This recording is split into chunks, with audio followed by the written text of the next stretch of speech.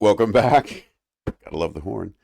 Love Boat Project, episode number 46. I'm your host, Mike Taylor. With me, as always, my co host, Mike Robertson. Ahoy, Mike.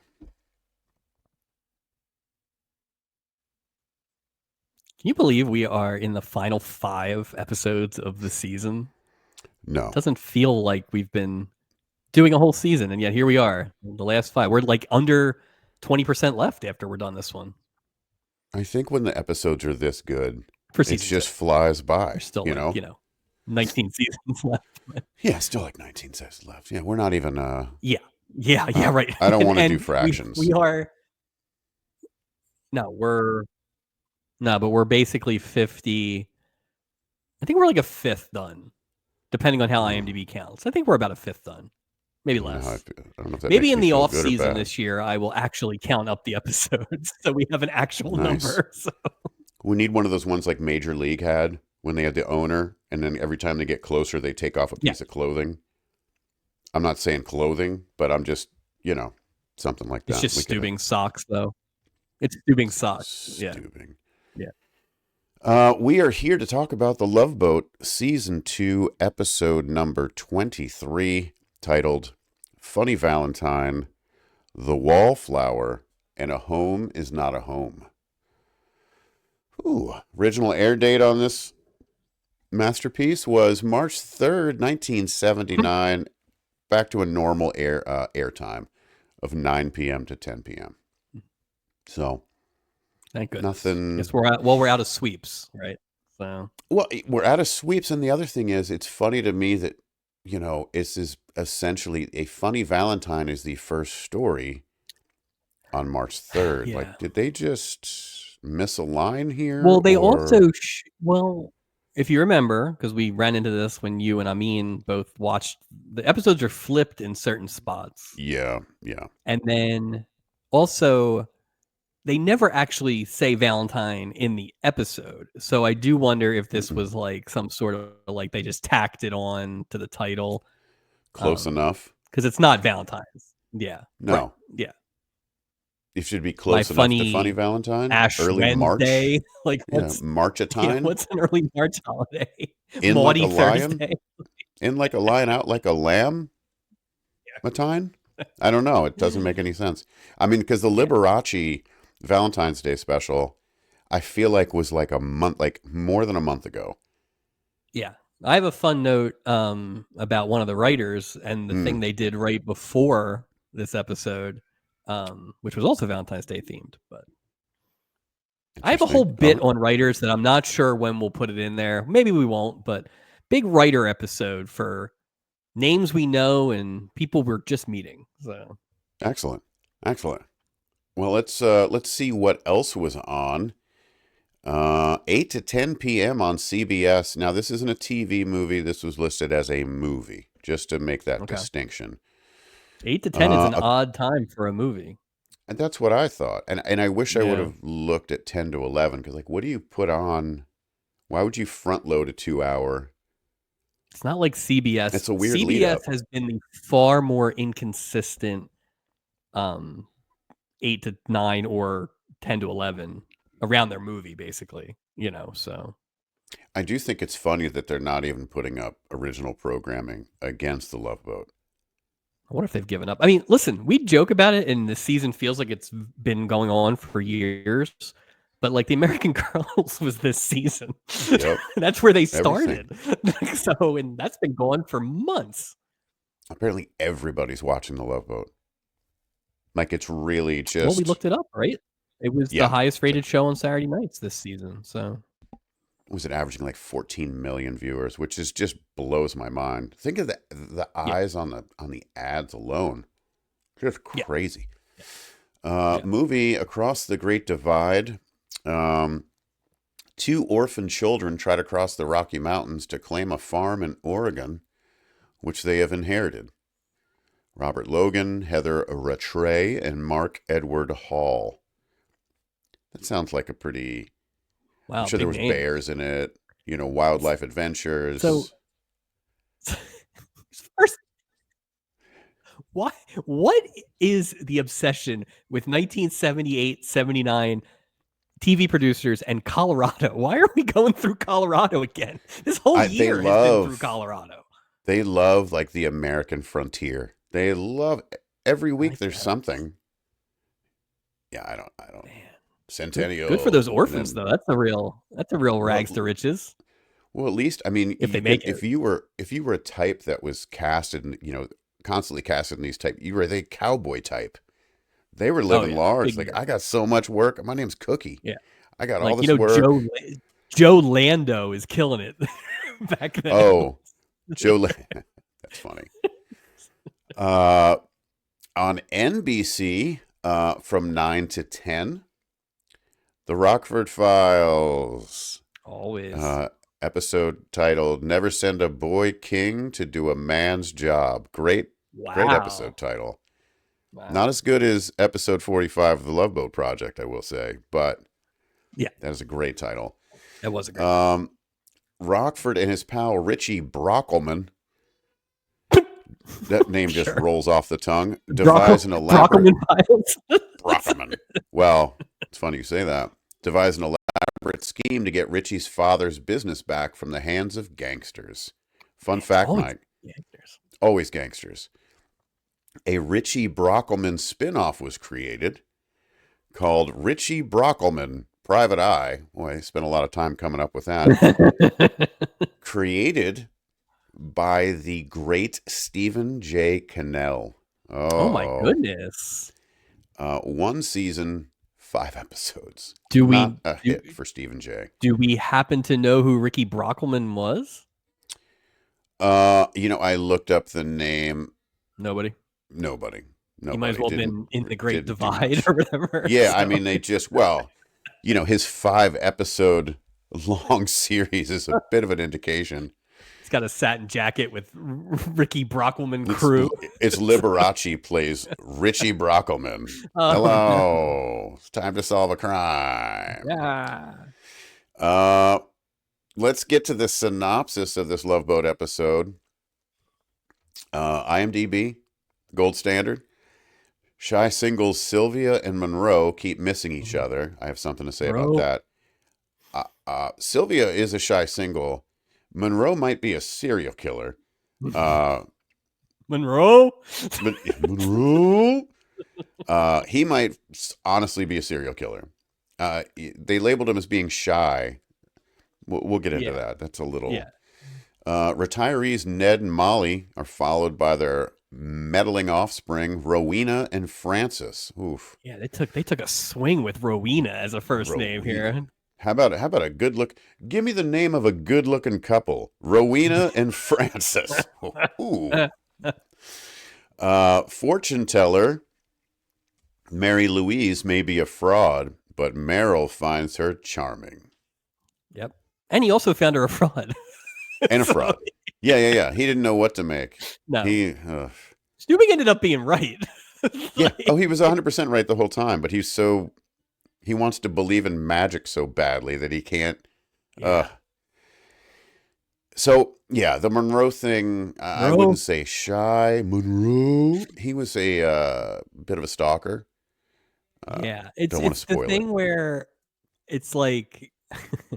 it's like if you're the guy at the party who doesn't know how to talk to women, you would act like that. You would stare and hope that she catches your eye, and then you could say something. But like, it was creepy.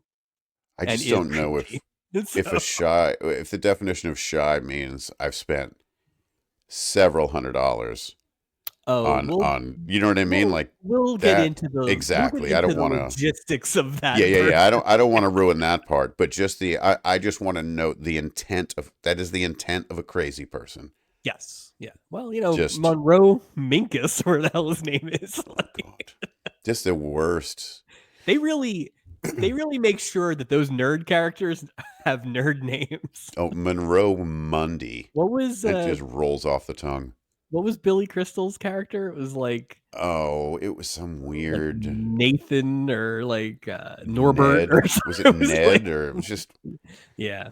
So. Guest stars. We'll start with Warren Berlinger as Francis Dunkmuller. Tons of movie appearances and commercials. This guy was in a lot of different things. one of those but people. but nothing that really was like the thing, right? But he looks No. so familiar. I guarantee you we've seen him in 50 things. But Oh like, yeah, yeah, absolutely. He was just yeah. had, but nothing like A lot of Eleanor. Costanza energy out of that I guy. agree. I agree. Yeah. Yeah, a lot of So like neurotic yeah, sort of. bawdy, Like like it wasn't a shock that he wasn't married. Like I could. Nobody's marrying Francis. Like come on. Eleanor Donahue as Rowena, no last name for the character. She's not married. Um, she was on Family Knows Best from 1954 to 1960. She appeared on Different Strokes as Mr. Drummond's fiance in season What? one. What you What? talking about, Eleanor Donahue? Wait, he had a Yeah, fiance in season 1? season one. It didn't work out. It was some Also, kind how of old is she? well, Easy, Phil. well, you know, because well, how old was he, the actor? And I I mean, think they could make that. he Oh looked a yeah, lot he was older like than she did. 24 and he looked 70. Like what was this? Yeah, Mr. We need to Drummond. tune in. I need to tune into Different Strokes Project to get some scoop on that. Yeah, we need to some. We got to stop working in those silos with these different Yeah, projects. You know. we got to come together as a Yeah. group. We'll see Eleanor Donahue again in season 5, 6, and 9. Samantha Egger as Mary Louise Murphy. Again, tons of movie appearances, but nothing like starring Samantha Egger. I thought she was very good. I thought she was great. I thought she was good. I Yeah, thought she I was really perfectly did. cast I too. really thought she was good. Yep. Um, and we'll see her again in season 4. Patty Oh, good. Freeman as Sylvia Carblanca. I couldn't find much on Patty Friedman. I'm No. sorry. And we'll see her again in season 5. Like not much out Yeah. there. Arthur Godfrey as Ned Dunkmuller. You know what's funny is they give Ned a last name like Dunkmuller, but they don't give Rowena like Rowena Clark. Any Anyway, last it's name. just Yeah. Yeah. in the early to mid 50s, Arthur Godfrey was heard on radio and seen on television up to 6 days a week. He was Yeah. everywhere. Yeah. He is one of those names. I don't know that I've ever heard or seen I've anything that never Arthur seen Godfrey him. ever did, but I'm very familiar with the name. And you listen to his voice and you're like, yep, that makes sense that he was He's a got a great huge voice. radio guy. Like Yeah, he's got those pipes, so. he was everywhere. Known as the Old Redhead, big star. Um, Zane Lansky as Monroe Monroe. Mundy, sort of. Monroe Stalker. Mr. Lasky, lots of sitcom appearances in late 70s to early 80s. Again, He no, looked like a poor man's Harry Shearer. that's funny. Like, That's funny. Just that extra. yeah. Minnie Pearl as Molly appeared at the Grand Ole Opry for more than 50 years. And on Hee Haw, this is going to blow your mind, from 1969. Do you have a guess? How long was she on Hee Only Haw? because I was doing You some saw mini it? pearl digging this morning. I know, yeah. So 91. yeah. I didn't even know Hee Haw was on till. I think it moved to the Nashville network. She apparently had a bit on the Nashville network on every Friday night when it first started. They would have let Mini Pearl steal your joke, and people would submit jokes, and there would be like a contest. So Wow. I I saw the Mini Pearl statue at the Ryman Theater in Nashville really before we went to breakfast at your highly recommended pancake place. House of Pancakes. That's no joke. I thought she was outstanding. There are a couple pieces in here that I think are great, but a fun Mini Pearl fact that I Yeah. stumbled upon. Who's Millie Pearl? Yeah. Millie Pearl's her sister. It's like the guy that the denture woman. She's got a twin sister.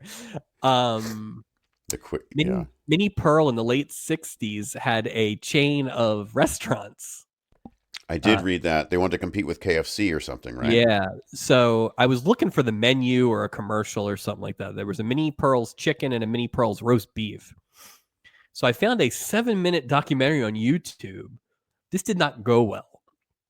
Sounds like they were trying to franchise and they were like, I don't know how nefarious it was, but they were getting ahead of their skis, like basically saying there will be 500 franchises within the first 3 years. So people were like buying on spec and buying property and all that stuff. Well, they only ended up building like 40 of them. Sounds an awful lot like the Kenny Rogers. Well, Kenny Rogers Roaster was a lot more successful, I think. The funny part is the people who were running it had no idea how to make good chicken. They just figured they would figure it out, but people would go once and then they would never go back. So because they didn't even want to make chicken. They're like, how do you make money? How do you fry money and make money? And they're like, no. We have to make the chicken first. Yeah, but we want to make money. And I'm like, oh Lord. There was the tagline though for her chicken place was "Howdy delicious."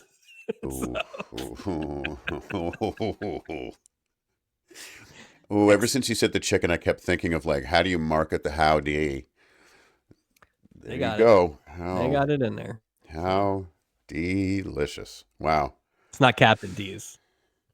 Nothing is Captain D's. It's a great little seafood place. That's what Captain D's is. It's amazing. If anyone that listens to this ever went to a Mini Pearl or Millie Pearl's chicken restaurant, please let us know. Yeah. Or a Captain D's. Just let us know. Just spread the word of D's. We've been to a Captain D's. I love Captain D's. Dory Thompson as, way to think outside the box, guys, as Dory. Who the hell was Dory Thompson? Dory Thompson? What's that? Who was that? The blonde? Let me go back and see. Hold on. Give me a moment. There were some weird credits in the IMDb on this one. Yeah, that one was weird. Let me go back to that one. As you're doing that, so Didi Khan or whatever, the squeaky girl from Greece, was listed in the IMDb credits. And at first I thought, oh, she's Sylvia. But she's not Sylvia, and I don't think she's in this episode. So IMDb just, giving us people who don't exist. It is the blonde. Yeah, which I don't really she's the know only person who had speaking lines, really. If she got a... No, that wasn't worthy of... No. She didn't get a portal. No. No. She was listed in the IMDb I didn't know credits. that she had a name, though. So she gets a name. And she gets a name. We've had multiple people not have names that had stripper one, arcs. And the gift shop lady. I forgot about the gift shop lady. Never forget the gift shop lady. The woman who bought pearls. Yeah. Don't forget her. With the best old category coming up, you remember her when you're filling out your ballots this year. That is true. Anything else to go over before we get on the boat here, Mike? No, I think we can save the writer's bit because that can fit probably better towards the end when we have context. But I will say, just for the those who don't know, the stories this week were written by two complete newcomers who never wrote another one ever again. Oh, really odd. That's weird. Fred Grandy and Bernie Capel. Yeah. Which one did they do? They did My Funny Valentine. Okay. And Barn Jolson. And we'll get to that. Oh, no, don't. Boy, they've just been... I don't know if we could compute like a batting average for them, but it's slipping. So they wrote the Wallflower one, which is the Sylvia storyline. And I knew this going in, and I was looking for it. And the first watch, I'm like, okay, that's fine, passable. It's a single, whatever. Nothing great, nothing inspiring. We wouldn't think twice about it. No. Whatever. But then you watch it again, and there are just some unexplained leaps and logic gaps again. Well, there's some cuts, some inconsistencies with camera work as well. And the thing about Barr and Jolson, and I think we gave them the most credit for last year, is they were the ones who actually did kind of have switcheroos or like surprises or and it was just like they have just mailed it in this year. Mailed it in. Well, the fact that they brought him in for to make sure everything, big picture story wise sort of matched up with these other big things. Like, I don't know why.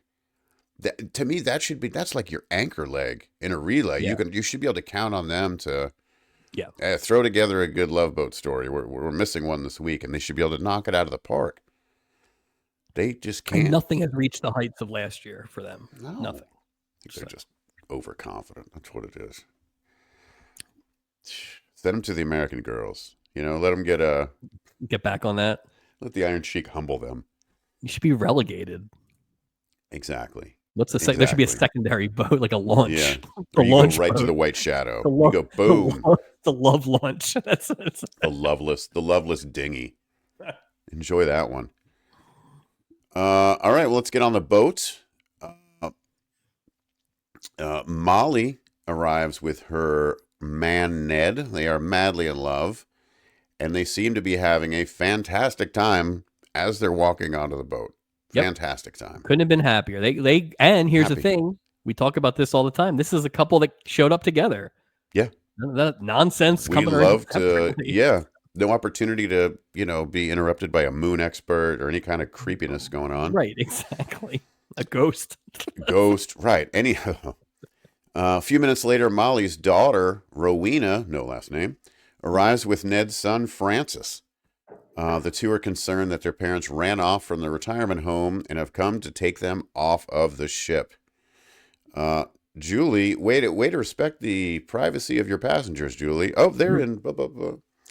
Except Isaac points them in the wrong direction. Gotta love it, Mr. Washington. All right. All right. So, couple things. Yeah. So, first of all, these two, they don't go hard on it, but they kind of make a point that they don't necessarily know each other, like each other. They're only familiar with each other because of their parents. Right. Big wide strokes. So first question is, did they arrive here together? Or did they Maybe come it's just separate? dumb coincidence. Okay, sure. Oh, Rowena. Oh, Francis. Second of all, Isaac sends them off. I guess their plan is to grab their parents and pull them off the boat before throw them in a bag and throw them over their shoulder. What are they going to do? Before it sets sail. But Julie says they're never going to make it in 5 minutes, so they are entrapping these people. They're stowaways. You should put them in the brig. But I'm sure nothing will happen, right? I'm sure they'll get off the boat before the boat leaves. They're fine. The princess would be bankrupt if people knew that you could just kind of mosey on and hang out for a few days. Well, if you're only charging $35 per cruise, they should be going bankrupt anyway. But I do agree that the cruise is really not expensive this week. They're not running a tight ship here at all. The cruise is not expensive this week at all. We have the magician doesn't even count. The palm reader doesn't even count. They're booking her. We have a Gopher's neighbor, and you figure Gopher lives in a slum. Two old people who cashed out their retirement. What's your retirement plan in 1979? It's just, well, I mean, these two possibly are on the loose, escaping from an assisted living facility somewhere in Southern California. By the way that their children are acting. The other thing is that palm reader, I don't even think she had a cabin. I think she slept in that suitcase because you never saw the room. She slept by the pool, but she didn't take it with her. I don't know. She left it. I'm like, where are you going? There's your house. God, she should have come out half, like the Great Briar's trick. Her legs should have come out first. I bet you she knows him. Oh, you know what I mean? She knows him. Oh yeah. Gopher and Docker. You know those carnival people. Oh yeah. They're Gopher and Doc are busy hitting on a blonde woman when Gopher's nerdy, uncoordinated neighbor Sylvia comes on board with her glasses where she should be able to see things in Massachusetts. These glasses were so big. They are large. They are large frames. She definitely is setting up for she's all that. Sure. Absolutely. Yeah. Like, remember that show they had? I think it was on Fox. I think it was called the Swan or something like that. And then they would take people and then they would force plastic surgery. Like, well, we're going to break 3 of her teeth here just to make her mouth smaller. It lasted 4 episodes. I feel like, I mean, the thing is, they did the glasses thing later, but they didn't do the follow-up glasses bit, which is her struggling to read something or walking into a wall. Right, you're talking to a wall. So she had those giant glasses for fashion reasons, I guess. So. She likes full coverage on her face behind glass. Yeah. Okay. She bumps into a man who seems taken with her, but Sylvia ignores him. I guess she ignores him to find Gopher and say hi. Yeah. Gopher doesn't seem too happy that she's on board. Keep your mouth shut at home, Gopher. You won't have these problems. No kidding. Well, when is he home?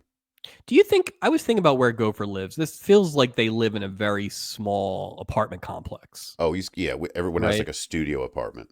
Yeah, like there's no way it's like a house or even a big apartment, you know. No. And I wonder if he has that giant poster of that lady from that model from the other week in his room. Cheryl Tyson. Because maybe he has bigger walls. Or it's like a Cheryl Tyson Maybe he has museum. smaller walls, and that's why he's always staying in his room. That's a good point. That's a good point. Um, apparently, Sylvia has saved all year for this cruise, $39. Gopher welcomes her, and she goes on about how romantic the ship is. I'm very excited about it. But if is can you call a ship romantic if you're by yourself? I think that, and this started with the scuttlebutt thing. We may have talked Yeah. about this last week, where I think the word of mouth that this boat is where love happens is in like the Okay. advertising. Yeah. I think the princess line is like, okay, this is our hook. The sun cruise is where you get a lot of sun. So it's like we haven't heard of a third one yet, but I think they're very literal. So Let me ask you this, right? So let's say they had a Yelp back then or a Travelocity or an okay. Expedia. I wonder what the rating would be based on reviews of people that sailed on the Pacific Princess. I think it depends on what you're going for, and I think that's probably means not a good Yelp rating, Mm, right? well, that's what I'm Because thinking. If it's right, just based on facilities, yeah. if I'm a person looking for love, then theoretically this is where I want to be. But also, we only see at most 3 people get together every week, Right. so It's right. It's not a big ratio. Yeah. right. If I'm somebody who likes the cruise amenities, except for Joyce Brothers, we don't really. I feel like the cruise amenities have actually gone down this year. There's been more theme nights, but less activities. Yeah, well, and also some of those theme nights are not very consistent, as in last week's half-ass Mexican night, where they just had like guacamole and like Yeah, a but white they dude were with a chef they, coat. they were saving up for Carnival. I guess. I get. Oh, well, yeah. If when you say save, if you mean let's place a mannequin at the entrance of the restaurant with a sombrero on his head, yeah, that might be No, cutting corners. that was last week. It's This terrible. week, I'm just it's saying we're Carnival setting a tone. Carnival week though. Carnival. Oh yeah, it's Carnival. Yeah, it was great. There was stuff everywhere.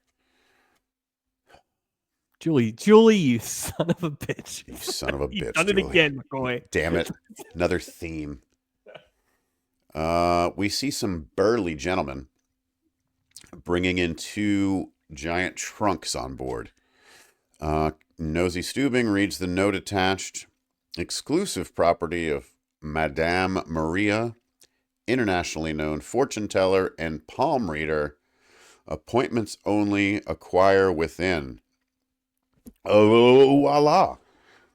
A woman named Maria pops out of the trunk. Woo. And somehow she's good friends with Julie, which That I makes don't know. sense.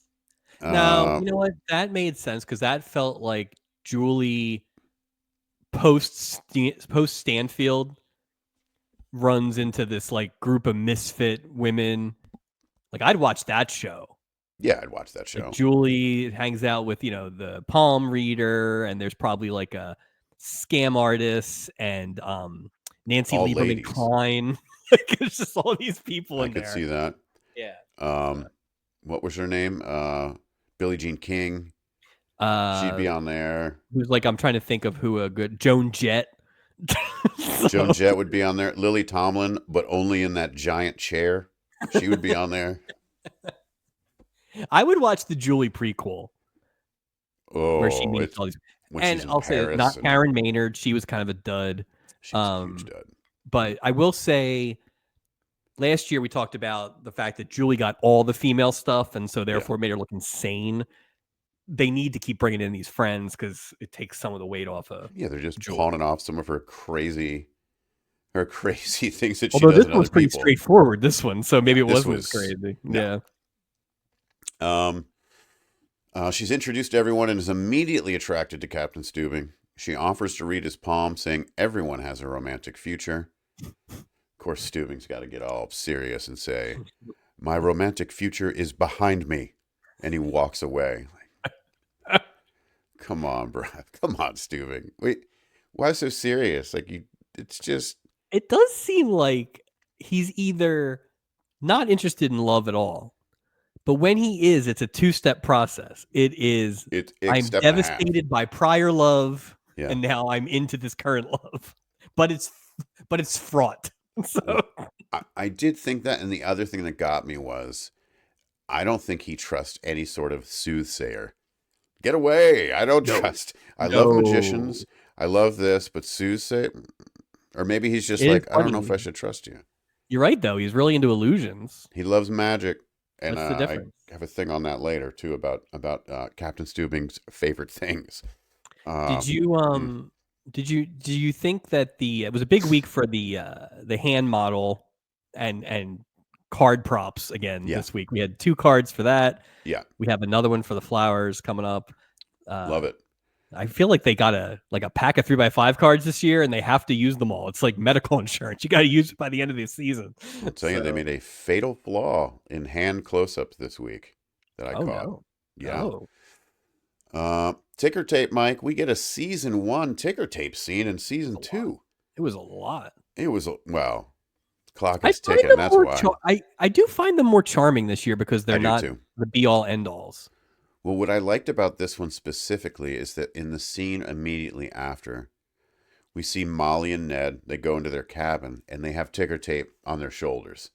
Oh, Just give old me a Ned got little. nailed. He was Well, yeah, covered. but I love that.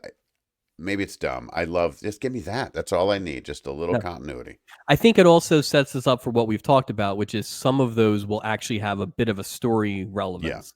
Not exactly sure how, but no, I'm fine with it. Doesn't have to be every episode. Doesn't have to be every storyline, No. but I'm okay with it. So Uh, they're both excited to get going on this adventure.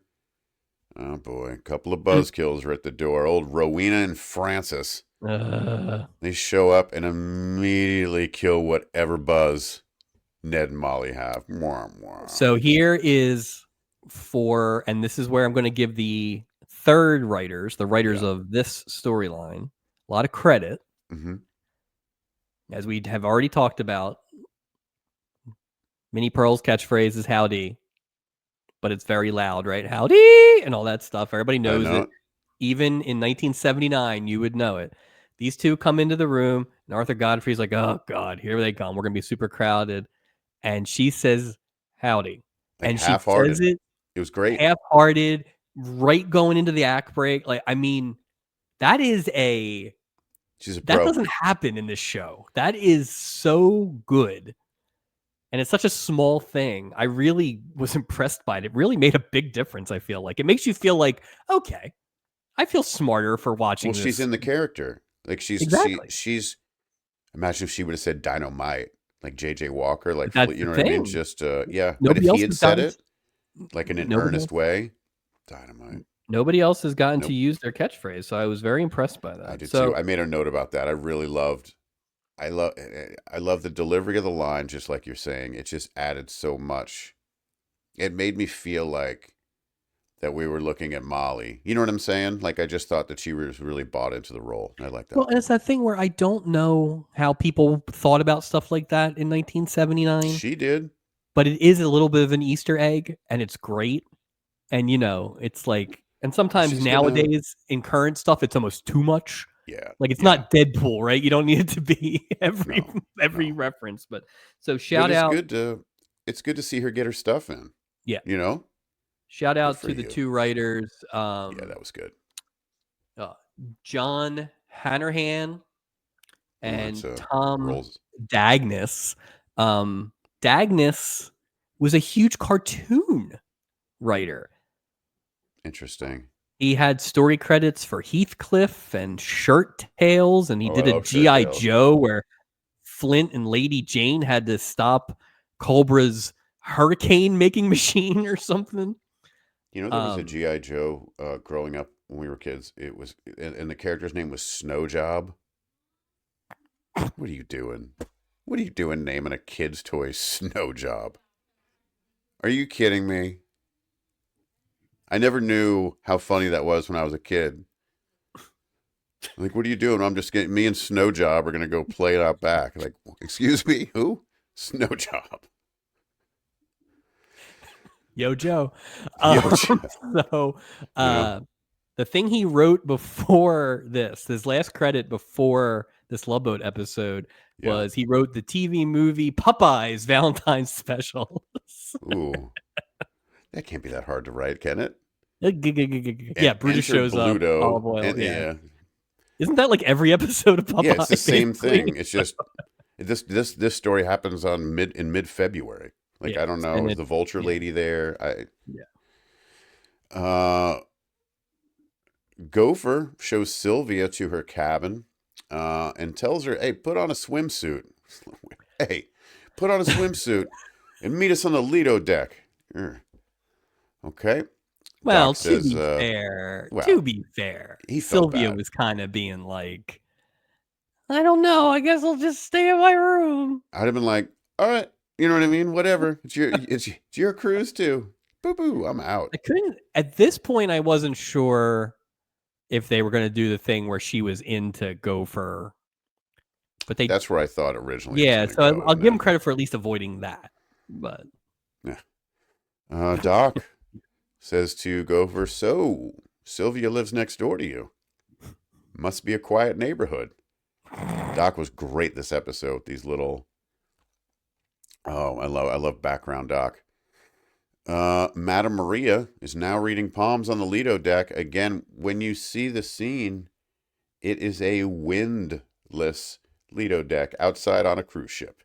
yeah, well, There's candles, there's lit candles in a pool on a moving cruise ship that aren't moving. No wind. you know, we never thought about is the route. Are they taking the Sea of Tranquility? Is that next to the Next to windless passage? Acapulco. Like, what does that mean? You just have to be really quiet when you go on that, or there's no The wind? waters are tranquil. They're still. Oh, that would add up. Mhm. That's probably what the writers are like. Nah, Sea of Tranquility, No, dude. Don't we even got a worry whole- about it. We have a map. Look, Yeah, we everything's got it. fine. I bet you that map's in that big book of shipwrecks, too. The captain's always No, talking that's about. all North Carolina. Yeah. Awful. Steubing takes off his hat. She freaks out. Oh, that she's he's into bald. bald dudes. She's into bald dudes. Yeah. I didn't know that this was like a thing, which I'm still not convinced it's a thing. You're gonna start getting your palm read. I know, like, hey, read my palm. She says that he has a great-looking skull and that he should never wear a hat. She also says he has a great smile. Oh boy, it's never good when you see the captain of a ship blushing.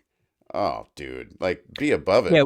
Would you feel great if like you were getting on an airplane and the pilot was getting his head Like, rubbed? all by shucks in it. He's all shucks, kicking his foot sideways. Can we get a different captain? Maybe Yeah. one with confidence, please. Yeah.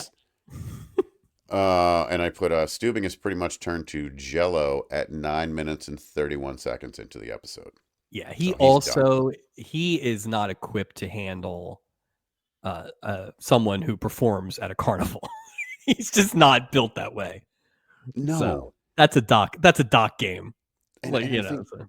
I think like a lady could so easily run a scam on Steubing because he's just so Oh, simple. listen, I'm half surprised this didn't end with Murphy having the boat, like how Han Solo got the Millennium Falcon.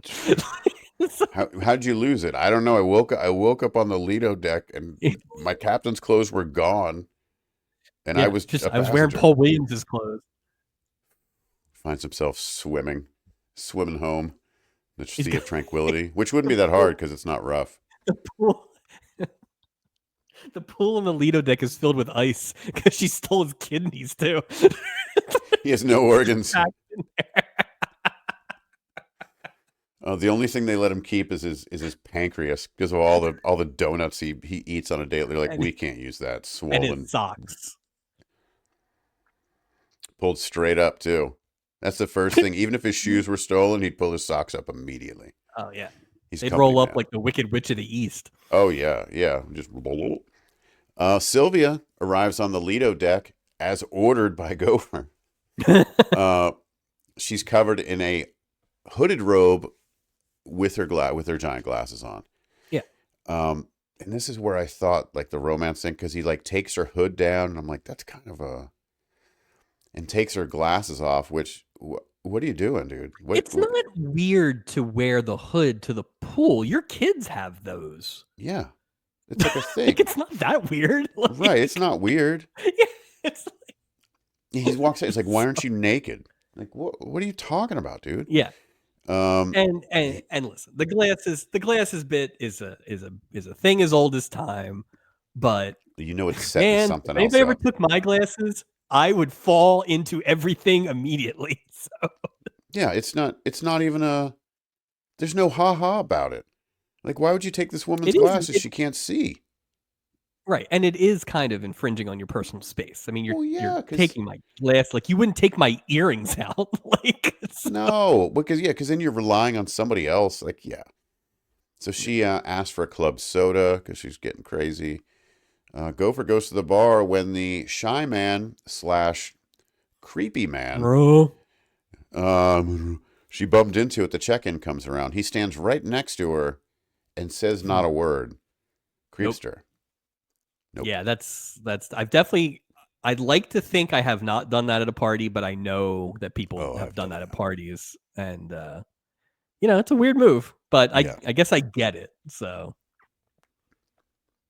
Well, and now I'm thinking, well, I'll get to that. The crew who are still at the bar try to yell out that a man is right in front of her, and they're yelling at her.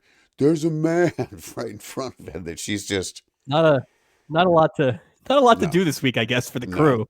no. They're all sitting down at the bar. Yeah, like what is there? There's no when there's time to lean, there's time to clean. No, we're not doing that. Yeah, Okay. no.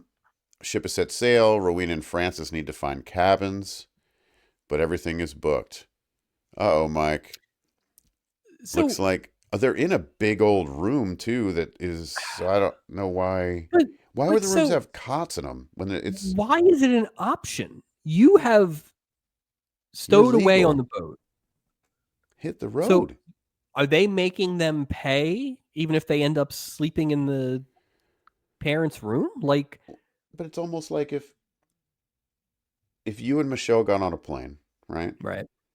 And I go without telling you, I'm gonna join them on their vacation. Like final boarding call. You guys are in your seats, comfy. Here I come. No. Mike and Michelle. They're Yeah. both on this plane. I'm gonna no. I'm just gonna sit on somebody's lap. What? Well, No, you have it's to pay that for. right. It's unfair You got for to pay for the right. parents. It's unfair for the princess line. Well, it's unfair for the people around them to have somebody else like. And here's the thing, like I theoretically could have pulled this move and gotten free passage to Acapulco. Right. We haven't really figured out how food works in terms of like signing anything. There's not. It's not like they don't have bracelets on where they have to scan or a number Right. on their hand or anything. My place in Tampa, we always used to joke because they had all those like they had those random couches and everything, is that you Yeah. could probably live there for like a year without living there because there were enough places to like sleep and eat and stuff like that. So it's the same idea. But it was the most egregious.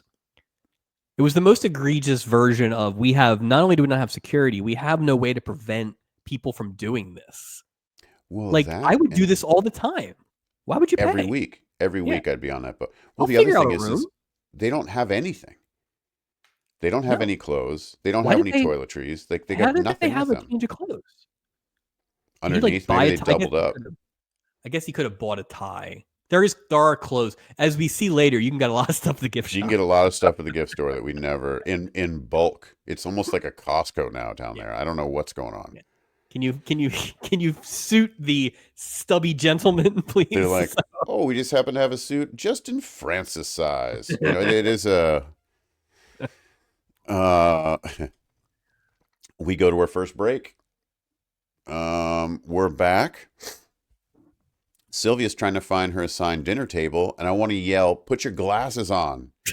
You can find it if you put your glasses on. It's very simple. Like, There's a rose at the table with a note from a secret admirer. Here we go. Inconsistencies right here. So we see Sylvia holding the rose. Right. Her nails are pink. Oh no. Then they kind of cut to a different angle that's more of a close up of her hand holding the note so you can see the note. Her nails are not painted. So, Wow. I'm watching. So if they're doing this to see if I'm paying attention, I'm paying attention. Well, it's not like Bear and Jolson were so busy writing a good script that they couldn't be in charge of continuity. No. Yeah, usually if you have a close up of two painted nails in back to back, sort of like how would you? But whatever. Maybe I'm. it's the style. I mean, she Oh, did to have have that one nail painted, well, maybe, that hood jacket was rainbow, so maybe she's into multiple colors. or maybe she quickly wiped the paint off of her nails, like, Yeah. and then. Yeah. This episode brought to you by nail polish remover. Also, index cards. Index cards. So Gopher was the one who sent the rose to Sylvia's table in hopes it would loosen her up to talk to some men. Where does Gopher get off being in charge of confidence after, what was that, 2 weeks ago, when he literally couldn't put a sentence together to talk to Haley Mills? Well, the other thing too is Get out of here, Fred. Yeah, just stop. Just mind your own BYO. Mind your own beeswax, Fred Grandy. Come, that's just leave her alone. Yeah, leave her alone. We're at dinner now. Ned orders crab cocktail and it would have made more sense. Yeah.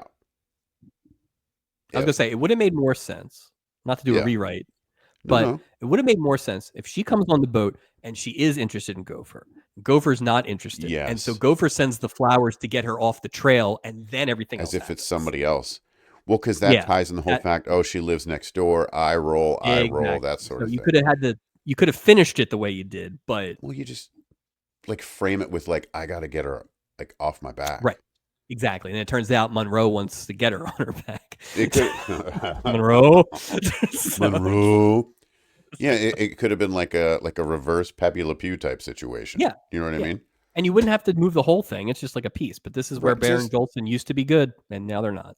But it would have been funnier. It would have been funnier. Would have made more sense because there's really no reason for Gopher to do what he did. Well, even if he did it, he could have felt bad, and he got that chance for him to like Heart of Gold go there. It was an opportunity missed here. At dinner, Ned orders crab cocktail and hearts of palm. That's a very strange order to me. Not a big hearts of palm fan, Mike. I don't even know what that is. It's exactly what it's like, the inside of a palm tree, but it's like edible. Oh man! But it's a part of a tree, and like they usually sell it in like a jar. You know who doesn't eat that? It's Burl Smith. He's getting Burl Smith's not eating it. Francis isn't eating that garbage either. Francis wants some meat and potatoes. Yeah, you already got fried. Yeah, I don't. Francis said it's too much roughage. I've never heard somebody say that's too much roughage for one meal. Oh, well, he was very prissy until he got drunk. Well, look at him. He was, and that guy like Charles Atlas.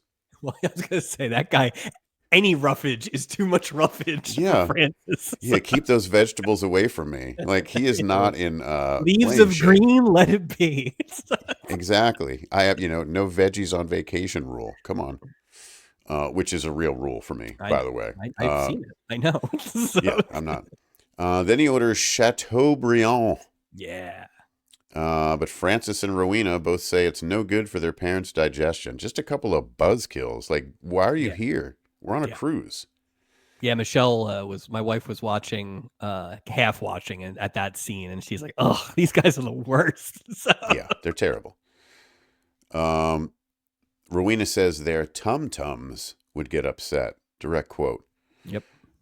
Molly's not having this. Don't take wine out of Molly's hand. Nope. She tells the waiter to bring everything Ned ordered plus 4 bottles of wine. So if their tum-tums get upset, they'll be too bombed to care. Yep. I got to tell you. Love it.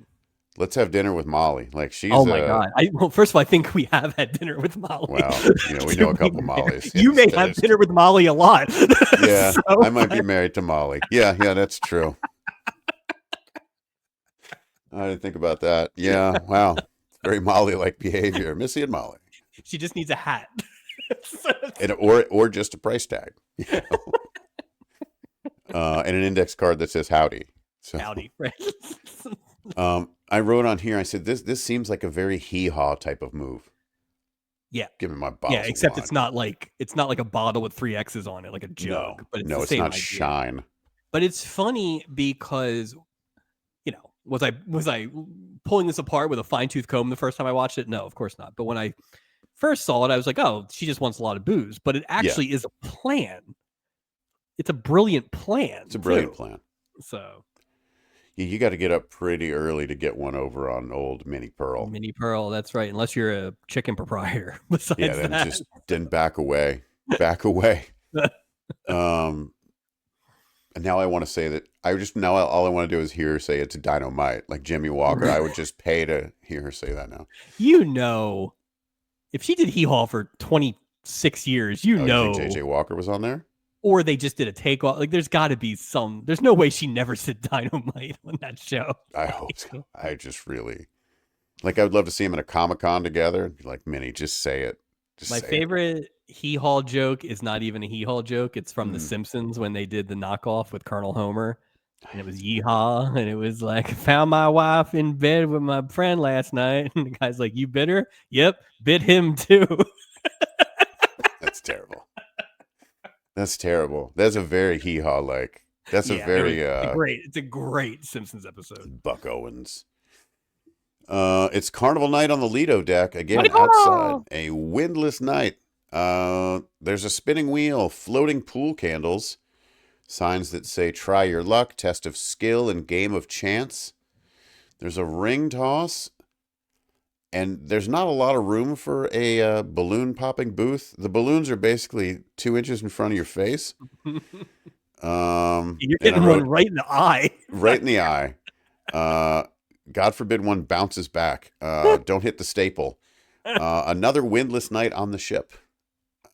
Well, you got that wheel that would just be spinning out of control, and the candle. Oh, you can't. But I tell you you know who does not like Carnival night? Who's that? With all those candles in the pool? It's Loretta Swit. Yet. Yet. No, thank you. She'll just breathe some of that vodka on it. You can't have that. On the Lido deck, Francis and Rowena are getting hammered while complaining about their parents. Again, back to Minnie Pearl's brilliant plan. Yeah. Worked like a charm. I will say, Francis, a little more overacting on Francis drunk than Rowena's drunk. Francis may have been drunk once in his life. Like, he is just... Francis is cartoon drunk. He is... Yeah. He's... They completely forget to pay attention to Ned and Molly, who are having the time of their lives at a balloon booth. Apparently, they've never seen a balloon booth. This is great. Well, I mean, that might not have existed back in the old days. The last balloon they saw was the Hindenburg. It's probably scary. No, it's okay. They're small balloons, not filled with fuel. You're not getting okay. Fine. You're gonna be okay. No risk of inferno. We're good. Oh, the humanity. Oh boy. Despite the Lido deck happening around her, Sylvia's sitting by herself by the pool, weirdly like caressing. The rose. Like she had never seen one before. The stalker is about to sit down. Precious, like she's like it was very much. It was Schmiegel. It was Schmiegel on there. The stalker is about to sit down with her when Gopher sits and tries to cheer her up. They agree to go dancing in hopes that some handsome man will cut in. Which again, I don't know if that's a great plan either. No, it's know how cut-ins work around here. It really just depends on who's on the boat. There's no rules. There's no rules. People just cut in. There's no scumbags on this boat this week, so nobody's going to cut in. So. Have you ever cut in? not to dance with like somebody you're with after somebody else is dancing. Have you ever done like a true cut in? Probably not. Like I would say probably unexpected? not. I don't even know. Honest to God, unless it was like a wedding where you probably know the people, I don't even know how many opportunities I would have had to cut in. It's like I'm going to a lot of dance clubs anyway, and if I am, I'm probably clinging to the person I'm with. So I was at a wedding, I mean, years and years and years and years and years ago. So before, and I tried to cut in. There was a lady, an attractive single lady at this wedding. And she was like slow dancing. I was beyond bombed.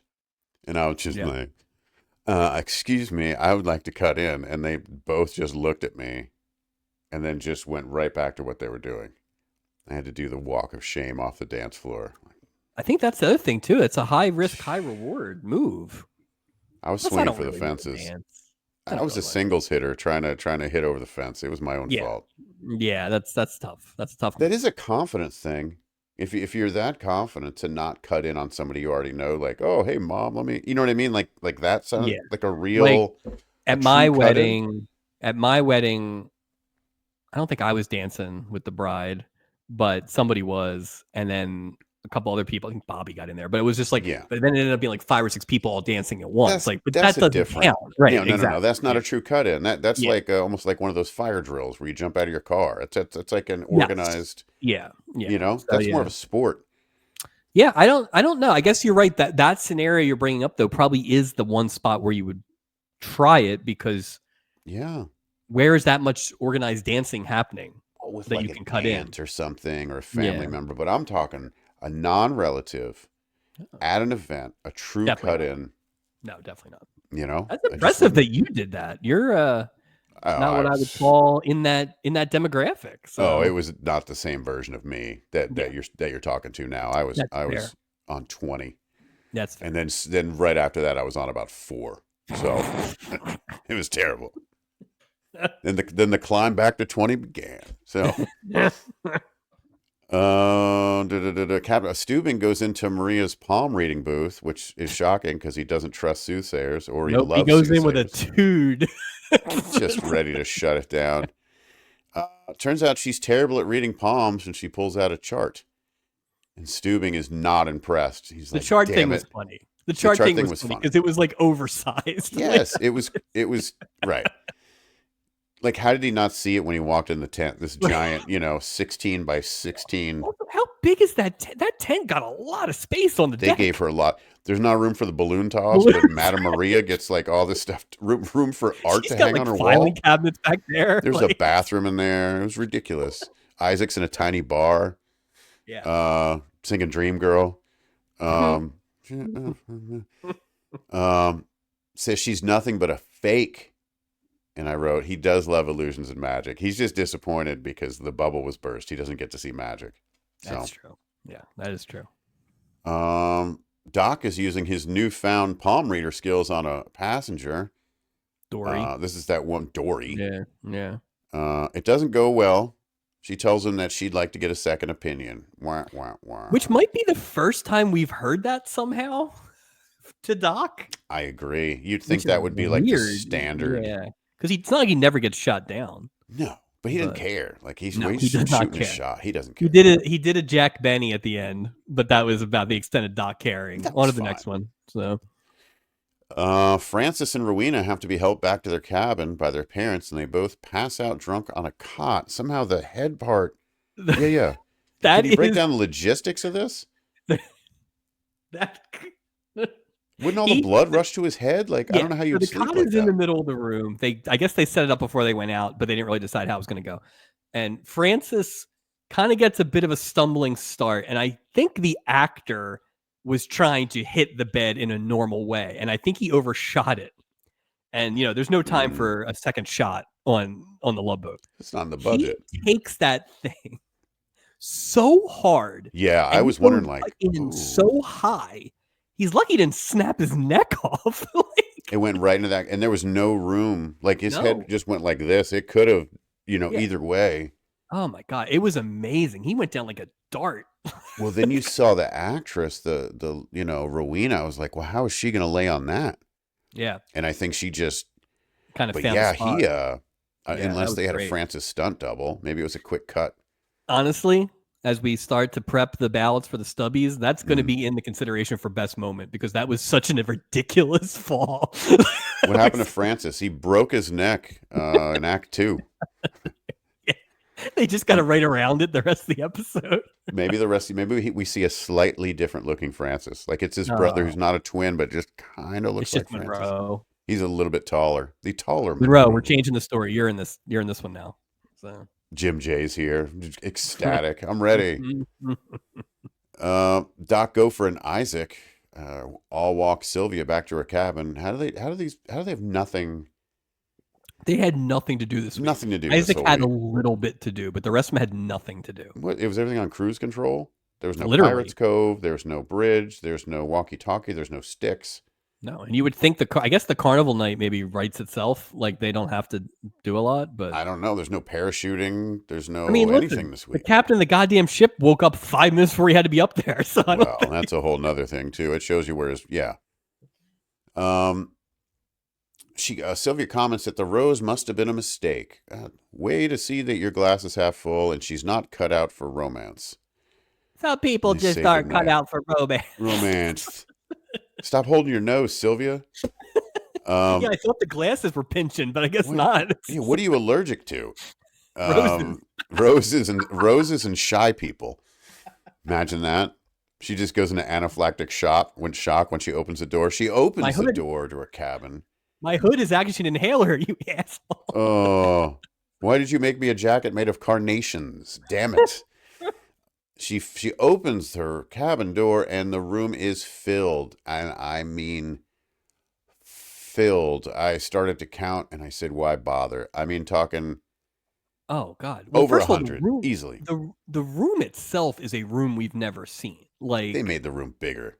They certainly did, and it's like very dark. It's just roses, but there are roses everywhere. Everywhere. They're coming out of the turlet. They're coming out of light switches. Like it's comical. It looks like roses. It looks like Wrigley Field, except it's not ivy. It's roses. And again, the act of hold on here, putting that many roses in somebody's room, right? That you don't know. Is that not the act of a bit of a psychopath? Like maybe there's healthy stalking, but this seems a bit unhealthy. So like do you at think first glance as a woman, would you be like, oh, this is great, or as a man, whatever? But then you're like, oh shit, like, it's overwhelming. I mean, it's an overwhelming display of affection, and I guess you're clear from the allergy because he saw her get roses already. I guess. But if you're not clear of that many roses would have killed somebody that was allergic. It would have killed that twin. One of the twins was allergic to roses. That gift house, or the gift shop has quite a greenhouse in the annex. Right. So there you go. So, okay. So you're going to tell me that either they keep so many fresh roses on the boat, like, or he came on the boat with them of roses, and no one else has bought any. None for years. Apparently, like those are generations of roses. Or are you like sending these off like how you get scuttlebutt? Like, is it like we got some launches coming with fresh roses? Maybe you pre-order. Like the Princess line just made payroll for the next 3 months on Monroe's credit card. Oh yeah, what they could have charged for these. My feeling is he had these in his room. He was just waiting to give them to somebody. He brought them with him. Like this crazy stalker. Let's just say he's a florist. And he just brought suitcases of roses with him. That's probably smart. Not plausible, but that actually makes sense. They should have all been flat. All wrinkled, bunch of wrinkled roses. What is this? I don't have a proper. And then I'm thinking, looking at this room, I'm going, well, where the hell is she going to sleep, Mike?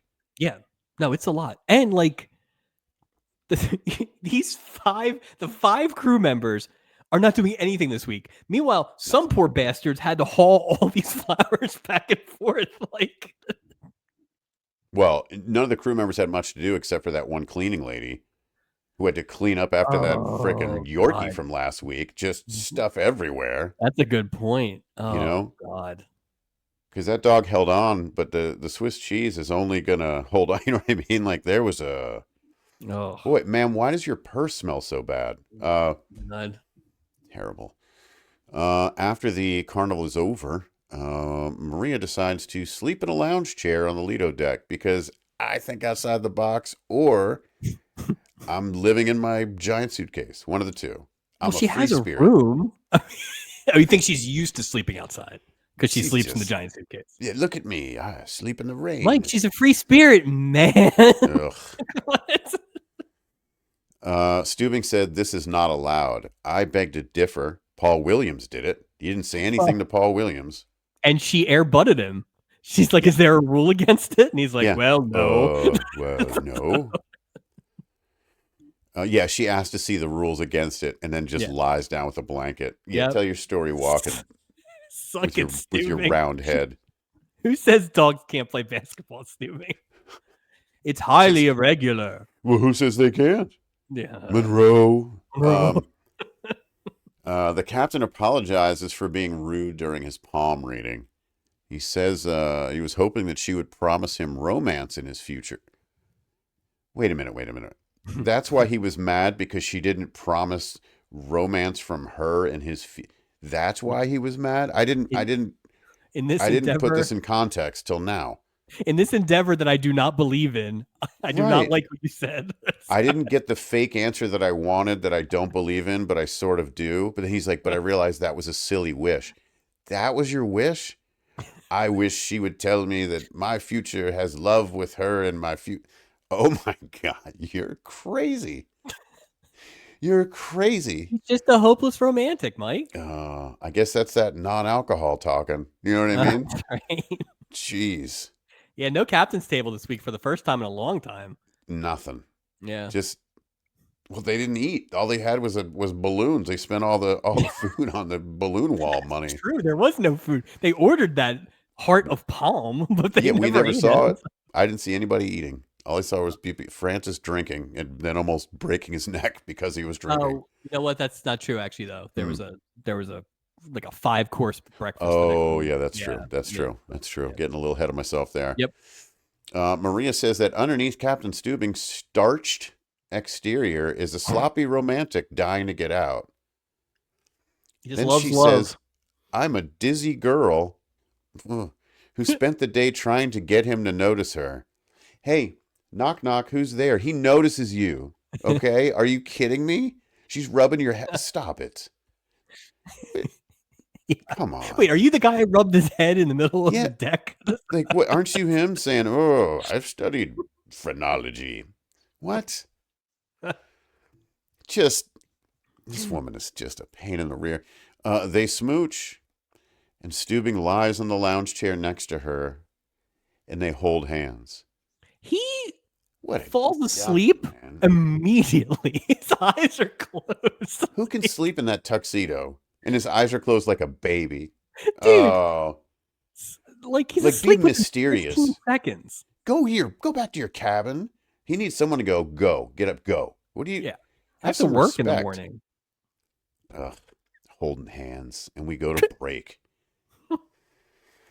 We're back.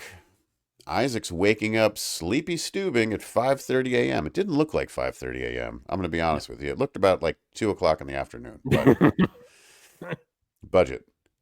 He tells Steubing he has to be on the bridge in 20 minutes, and he won't have time for breakfast, which I would imagine is the worst thing to tell Captain Steubing when you wake him up. And this is where Cruise I canceled. thought, cruise, get everyone overboard. He jumps right off the ship. No.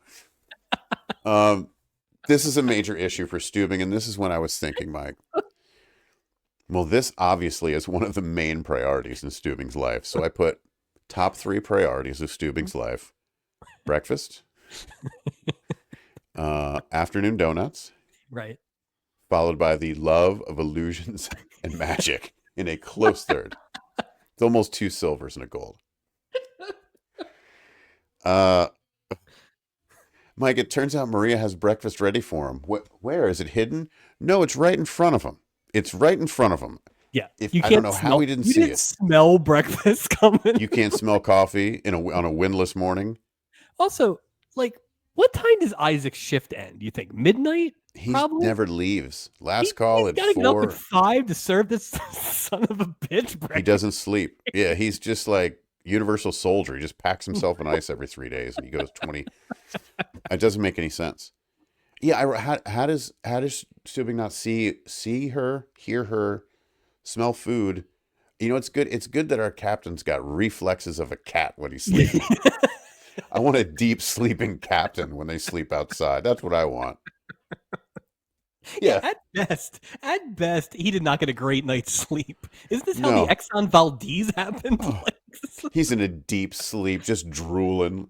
Isaac's like, get a hold of yourself, Stubing. Wake up, bro. He just kicked his chair to wake him up. Wake up. yo! Come on. So dumb. Oh, God. Francis and Rowena wake up from the potential neck injury that Francis has suffered. They find their parents gone. While freaking out, they realize they spent the night together. And Francis gives Rowena a very awkward smooch on the cheek. Yep. That's Calls a him weird darling. next morning smooch on the cheek. That's a weird move. Oh, plus that is 4 bottles of booze morning breath. Oh, you can just smell the nitrates coming out of that wine. I think based on how drunk they were acting, these two Yeah. do not drink a lot. That is a lethal that's a hangover headache. they are going to be working with, and they somehow are zipping around the boat all K. You know, it's Well, like they didn't nope. have any carbs. All they had were hearts of palm and crab legs. There's nothing to soak up wine. No bread. Hold the bread, please. Yeah, and plus, as you said, he's got a spinal injury too. Yeah, he can't. All the liquid just rolls down the back of his spine now. Doesn't even go to his stomach. He's just completely misaligned. I dodged a bullet, but I've encountered another unexpected The floor bullet. is wasted in that cabin.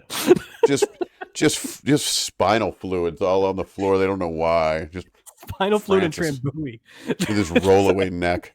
They run out the door to find Ned and Molly, who are arguing in the lobby for some reason. About Molly's nothing. telling Ned that his son's a wimp, which Molly doesn't play that. Like, Molly appreciates a man's man. Like, don't. Yep. And Ned argues that Molly's daughter is, quote, finicky and dried up. Mike, I had to look up dried up. I wanted to be clear what that meant. Dried up meaning old, dull, or shriveled. Oof. That's a rough. So is it like that? You think that's like shorthand for old maid? Yeah. Yeah. Yeah. You just don't hear anybody call. I never hear people saying someone is dried up these days. Like, I wouldn't use that in a Zoom meeting. No, that'd be a weird tact to take. Like, oh man, why you got to be so dried up? You're That's a real how I would use it. That's how I would use it. You're being a real Rowena. From season 2, episode 20.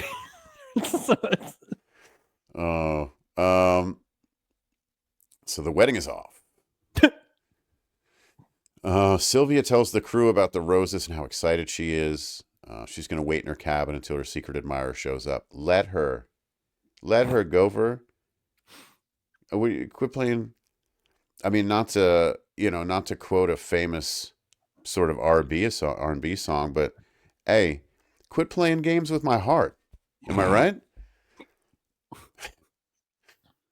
Gopher feels bad. Julie tells him he's being cruel by filling her room with roses. He's like, what? Doc is convinced that she made up the rose thing as an excuse to stay in her cabin. Boy, nobody's. Why don't they just why don't they just go in the cabin? But good for Doc at least to present other potential scenarios. Yes. Gopher at no point says, guys, I only sent the one flower to the table. If she's got flowers in the room, that isn't me. If she doesn't have flowers in the room, she's crazy. So why is Gopher taking the bullet here? Why would he go, where the hell would I get 100 roses?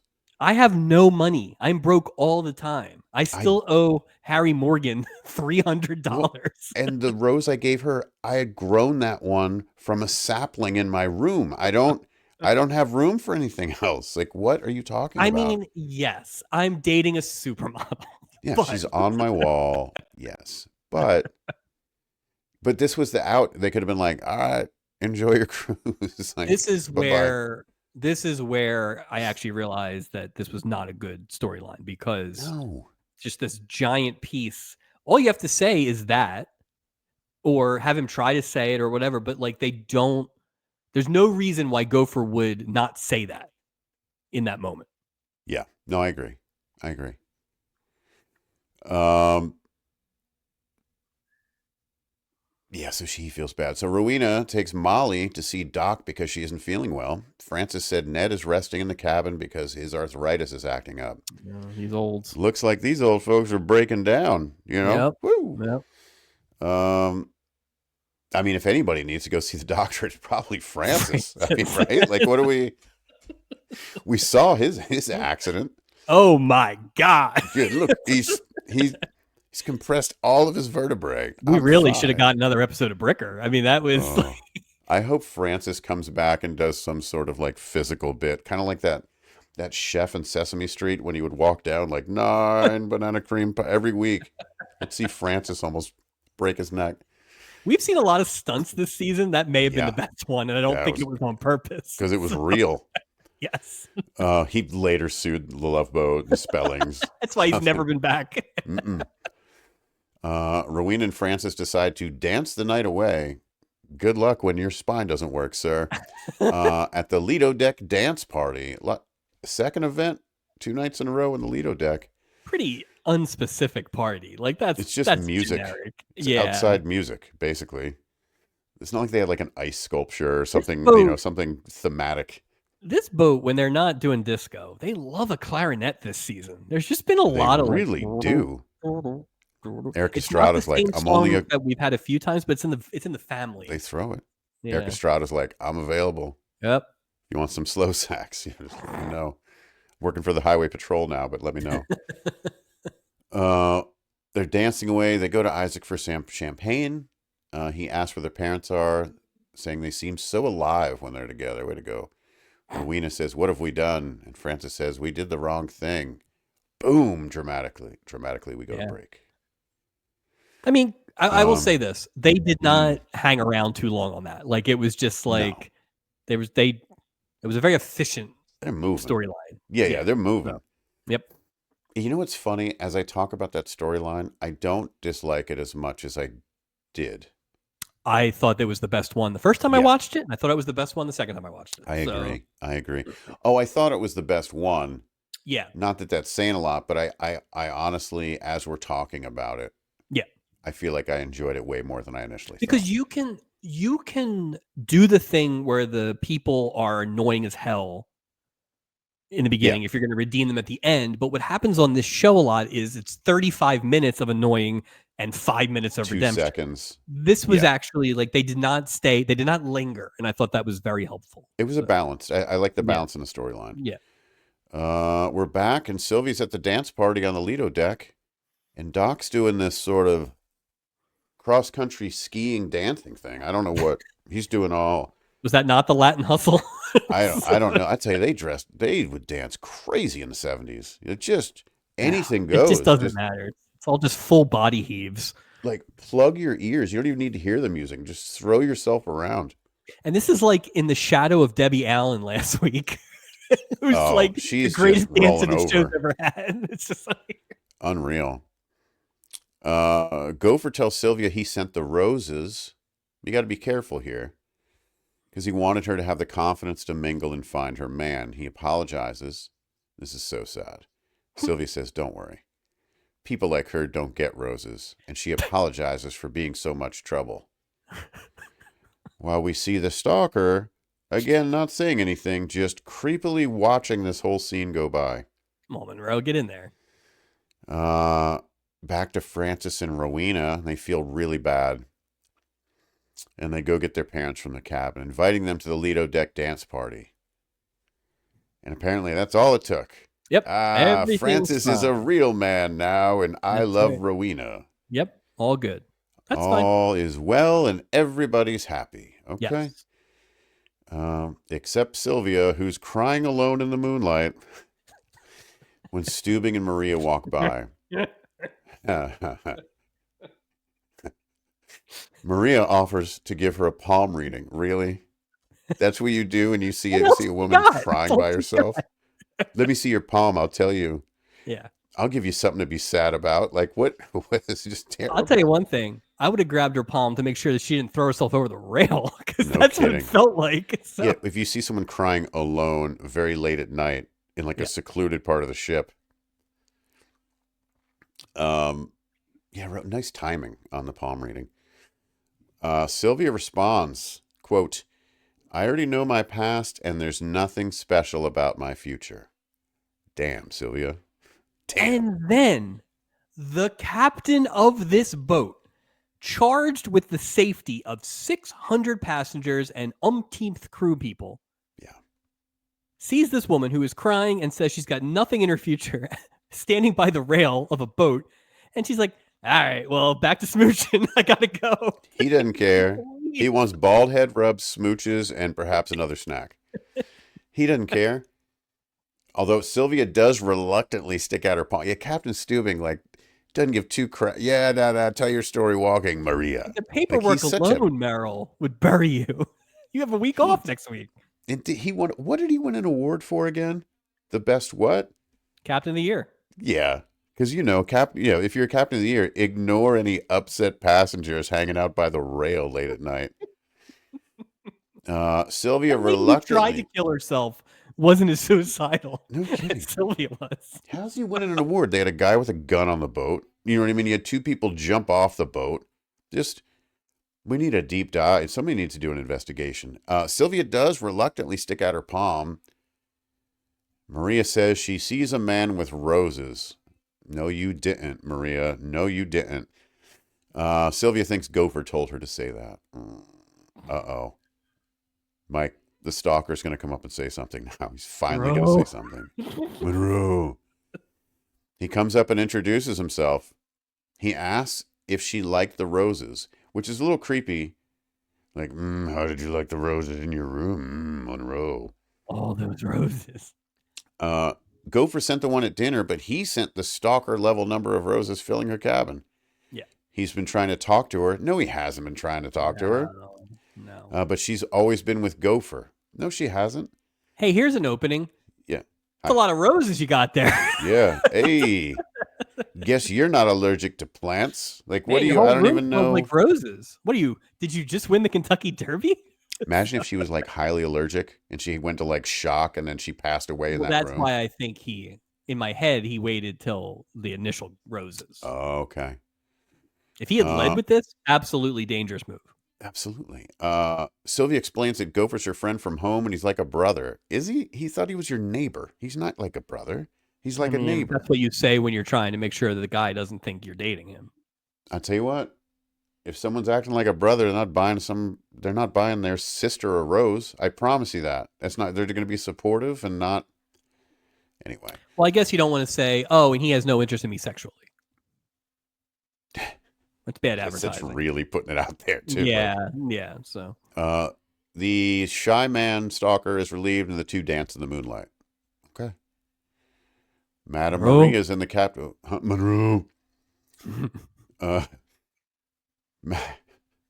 If he's ever on this show, we're done. We're never going to be able to do a show. We're not going to be able to do anything. Madame Maria's in the captain's office. He's trying to seal the deal if he's got the book of shipwrecks out. Well, it's interesting. So this was the old big captain's office. Yes, it was. So my new theory is that he has a daytime tiny office, and then he's got the office attached to his quarters. Yeah. And I think that makes sense. I can live with that. So, second week in a row, somebody's told to close your eyes for a surprise. As we covered last week with Amin, if somebody ever tells you, close your eyes, I have a surprise, I'm looking 100% of the time. Yeah. I don't care. I'm going to say I can't see, but I can see. It's like that trick when you were a kid. They go, close your ears. And you go, and they go, can you hear me? And you'd go, no. It's that old thing. Yeah. 100% of the time, I'm never closing my eyes. No way. When she opens it, especially for this one, if I closed my eyes and this was the surprise I was waiting for, was Captain and his stupid toupee on his head. I mean, it's kind of the same thing. It's just mangled fur. Yeah, Like, it's all, oh, nice. What animal did that come from? that is one of the Meryl? worst toupees I've ever seen in my entire life. It looked like a dead squirrel. It was just It really, doesn't make any sense. no, he bought it to try to feel young. You bought it. You look stupid. It just looks dumb. I I always mean, joked that I was going to get one, but it's just ridiculous, man. based on those flashbacks we saw earlier in the season, if you just want to feel young, you should have darkened up them sides. That's all you need. A little shoe polish. Yeah. Little soy sauce on the old temples. The reverse Reed Richards. What did Stacey Stubing do to him? She just ruined that man. Oh, it's and Stacey Stubing had a very specific look. You know, and what I mean is side part. You know what I mean? And I just wonder, does he that's not fair to talk about. She's not here. I don't want to talk too bad about her. He bought it to try to feel young, but meeting Maria has done more than fake hair could ever do. Oh, and he loves her, and she loves him too. Because it's been 2 days. It's been 2 days. Uh-oh. Maria realized, whoa, hold on. Pump the brakes, Meryl. She's like, whoa, wait a minute. She's like, I'm better at romance than relationships. Yeah. She's like, I can't be with you. Commitment's not my thing. It's not my long suit. So, of course, Stubing's just crying now when he walks away. He's just lost. Magic's not real. Love's not real. Donuts aren't real. It's highly irregular. This is not. He's 2-finger saluting himself while he's crying. He doesn't know what to do. Cannot compute. Francis and Rowena are leaving the ship with their parents. Doc announces his wedding special, 2 blood tests for the price of 1. The old blood tests. It's still so weird to me. Yeah. Double wedding, but separate honeymoons because Fred snores too loud. You'd snore too if you broke your neck. That's not snoring. He's groaning in pain. He's slowly dying. I was just like, what? Snore? No, that was the snapping of his vertebrae. That's not snoring. Poor Francis does his own stuff. I feel like we're watching The Fall Guy. This is great. Wow, this is a great episode. I've really, huh? R.I.P. Francis's neck. Oh, I love this. Is one of the best episodes I've seen. I've completely reversed course on this episode. It's amazing. In the last hour and 27 minutes, I don't even know which way's up and which way's down anymore. I've just talking about this made me love this episode. Maria exits the ship before she can see Captain or see Stubing, but leaves a card with Julie. The old, give this to this person for me while I leave the ship, but I don't really leave the ship. And Julie's like, well, I know there's probably a bunch of people I should be checking out or doing stuff, but I'm going to go track Stubing down immediately and give him this note. Because priorities, Right. Yeah. Sylvie and the shy guy leave the boat together, and we're just going to leave the roses there? You throw them overboard with the ketchup? Like, what are you doing with the roses? That's a good point. You wouldn't at least take some of them? You're going to put that poor cleaning woman's got to clean up after a Yorkshire Terrier last week, and now got to clean up the remnants of I hope old it's the dry same room roses. and they can just quarantine that thing, so. Just leave it. The note that Maria left said she had a wonderful time and that she loves him, speaking of Stubing, and apologizes for running off like a coward, but goodbyes are not her thing. Long suit. Except she didn't leave. Well, you know why? She's got to drag that big-ass trunk all the way down the steps. She's trying to get back in the trunk. It's a 2-man job. She's like, I really need Meryl to put me back in the trunk. See, that would have been great. That would have been good. If he had tripped over the box looking for her. That would have been good. Just to tie it all together. Yep. She says something about taking a job in the gift shop, but I thought that's where the work release girl worked. Yeah, we didn't talk about that at the time. So in the office, Stubing's trying to get her to stay, and he's like, you could perform on the ship for a little bit longer, which at least made sense. And then he's trying to stash her in the gift shop, which poor Stephanie, I guess she's fired. Maybe. But Stubing is literally just sticking women in the gift shop in case he needs one for the road. Come Or on, maybe Merle. it's more sinister. Maybe he feels like that's the only thing a woman is capable of doing on a cruise ship is working in the gift shop. Ooh. Ship Yeah, director. I guess you Ship could work in the director. cruise shop. I mean, Ship sorry, the director. gift shop. Gift shop. That's all you Yeah, got. like what? How about bartender? You could Nope. wait tables. You could no, Cleaning you can work woman. in the gift shop. Yeah. Cleaning woman, Charo, Yeah. service industry. Come on, Yeah. Steubing. But Steubing said you'd hate it. He loves her enough to let her go, and with teary eyes he bids her adieu. They really like But make out like all the damn, arms are in there and everything. It was like they aggressive. are trying to sell that this is like going to be The greatest love something, story ever you know. told. Yeah. But then he tells her, "Well, I do have a week off," and then they just smooching again, Yeah. and that was it. That's how they just pulled the cord on the Yeah, episode. they don't even freeze frame that baby. That's Nothing. credits over the Or smooching. give me that shot, give me that, and that's the episode, ladies and gentlemen. Yeah, that was abrupt, I guess. Wow.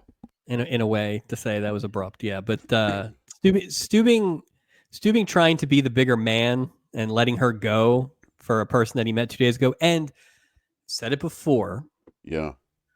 We don't know where Murphy lives full time. I don't We know don't if know she's anything. I don't know if she's an Yes. actual like carnival performer where she's traveling the world or whatever. But Well, not if you guys she's a could palm date. reader with not if she has if those are her skills at palm reading. Now the interesting thing will be Steubing earlier in this season proclaimed his love for that married woman who was married to Dr. Todd. That's right. She comes back next season at some point. See what So happens. we have not seen Julie in a romance since Jack Chenault left. The dad, Since Jack right? Chenault left. That's what I'm saying. Oh But we yeah, know yeah, he yeah. comes back. So I guess I'm saying First episode. I want to see how those are handled. Wait, and Speaking of, Isn't Vicky come in in the middle middle of of next next season. season? Okay. Yeah. Okay. Yeah. Speaking of, Yeah. this was late breaking before we started recording. Tony Roberts passed away this weekend. Jack Chenault himself. So R.I.P. Yeah. So I saw that. I was bummed yeah, about that. yeah. So R.I.P. glad to that we'll Jack see him Chenault. early in season 3 for the opener. But I'll Oh be yeah, curious to see how Julie's. they handle the oh, I've missed you this whole time. Meanwhile, Merrill's getting his palm read in every room of the Oh, ship. So, he's got a lady feeding him grapes in one and a palm yeah. thing over here rubbing his head. And he's The prince, the princess guy shows up. It's was it Otto? He shows back up, and he's like, "Hey, listen, was checking your books. You have 17 employees at the gift shop." So yeah, something fishy going on. We need to look yeah. at their W-4. But yeah, that was a quick episode. Totals and a recap. Okay, so when we wrapped up last week, you Yeah. and Amin had both mistakenly watched this episode. Yeah. And you were not confident that you could call episode 45 that we just did. 45, right? Yeah, that was last week. Yeah. I thought that was the worst episode. You said we should hold our jets for this one. You had originally had the 90-minute Reggie Jackson Dreamgirls episode as the worst. I feel like this was definitely better than last week, but I think we're in this situation now where there's just a lot of episodes that could be the worst episode at this point. I This agree. back half of the season is getting pretty bad. I agree. And as I sort of mentioned before too, I think the more time I've spent with this episode, the more I kind of enjoyed the episode. Yeah. It wasn't egregious the 90-minute episode to me is still the worst. Yeah. Just because that extra but I can say with confidence that this is not. Yeah. This is not the best and it is not the worst. It's somewhere it's tracking on the lower side, but it's not the worst episode. We have 4 episodes left, and I think unless something happens, which could very well happen because the worst episode last year came right at the end. I think It'll be unless the something second to last. happens, Yeah. I think unless something happens, we may just have to actually table this conversation for the awards. I agree. And have that discussion then, because Maybe. nothing's clear. I mean, we because can I can always say like, well, this still, one's in the running, so we have yeah, like four, yeah, four or five that we're shuffling through to be like, right. okay, I but can it is tough. still, I can still make an argument that Pepito's the worst one. We've passed that one a long time ago. So I think unless something happens here, we probably just Yeah. have a larger discussion. Now, I will say the best episode 3, has not been challenged at No. all this Nope. season. So Nope. it's Yeah, not even not a fan close. of the Pepito episode, but a huge fan of the Pepito drinking game that came That is from the true. episode. So That is true. So maybe that'll just be a fierce yeah. debate, or maybe we'll just have 4 terrible episodes to end this season. So Well, it's funny. we'll You see. would think like when we're watching, let's just say an episode's coming up Yeah. and it's widely regarded as the worst, right? Yeah. I don't necessarily know if you and I are going to go, yep, that's absolutely the worst. Oh, I agree. You know what I mean? Like, I I agree. think it's Yeah. weird because where's the bar versus Yeah. our own expectations? Because, look, I mean, I think, I don't think I'm going out on a limb by saying that we probably know more about the Love Boat at this point than like 97% of anybody Than else in the anyone world. should. Yes. Right. So as we do it, it'll be interesting to me to look at episodes that were received as being bad because Yeah. I want to see how we received it because we have a lot more Yeah. context going into these evaluations as well. So Yeah. I agree. I agree. it'll be interesting to see what happens. And again, I'm waiting for something terrible. Like it'll be the second Yeah. to last I episode's going to be I a mean, last stinker. year it was the second to last episode. It was the Annette Funicello episode, which It's like was a dumping. Imagine if it's the same thing. it's She's just the back. same It's just exact a different episode. book this time. Oh. Captain of the week. Who was the best this week? Well, I didn't know going into. I thought I would, and I have to say, for no other reason than him surviving. I'm gonna say Francis and his neck. Yeah. Jeez. I Francis mean, was excellent. we could have seen, a Bill Bixby wheelchair as a result of or a new Francis in the next scene. But Yeah. Yeah. Just good an Lord, abrupt new Francis. So poor Francis. Francis Strong. yeah. I will go with Minnie Pearl. But as a representative of that whole storyline, I thought that was really good. But she was the best. And like I said, Yeah, between her booze plan and the subtle Howdy howdy, was I just great. thought it was good. And like I said, it was the best version of not overstaying your welcome, which doesn't always happen in No. those kind of storylines. So I feel like she knew where to get in and where to get out. yeah, Like and she that's was what just happens good. and that's what happens when you have skilled performers too, right? Like so. I feel like if we had Uh, an all-star team, like for each season, if there was an all-star team, I feel oh yeah, like that Minnie Pearl would really the be a strong contender. the best old category has heated up these last few weeks. Yeah, I will say that she's been we were probably fantastic. pretty thin early, but worst of the Here week, come the walk the olds. plank. It's got to be Steubing, man. Just the sleeping on the deck, not seeing you would think that a captain would A, not be a heavy sleeper, and B, notice when someone is setting up an elaborate breakfast with dishes right in front of him. Yeah, He just was just such a come on, man. Act like you've been there before. And just yeah. over it. I'll probably go. I don't disagree. I'll probably go Monroe. Monroe. Just because, like we said, at some point, this is the love boat. This is like not hitting on somebody at a bar, but buying her 40 drinks and not following up on it. No kidding. And wait until Yeah. the last day to say something. And that's the other thing too, right? And I guess that's a very like passive move. It worked, but she also almost jumped off the side of the boat, so maybe it didn't work. Maybe. And you also probably could have stepped in quicker to help Gopher out a little bit too. So I agree. But I also think they should have done that storyline you talked about. yeah, it's That's not how that it should have different. been. It's not that different either. It would So have made it so much better. and that's totals and a recap for this week. I checked the old mailbag. We do not have any new emails this week, Mike. Boo. Boo. But we do have some plugs, I believe.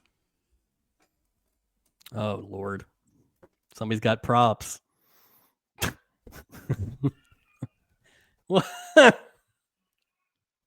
Wow.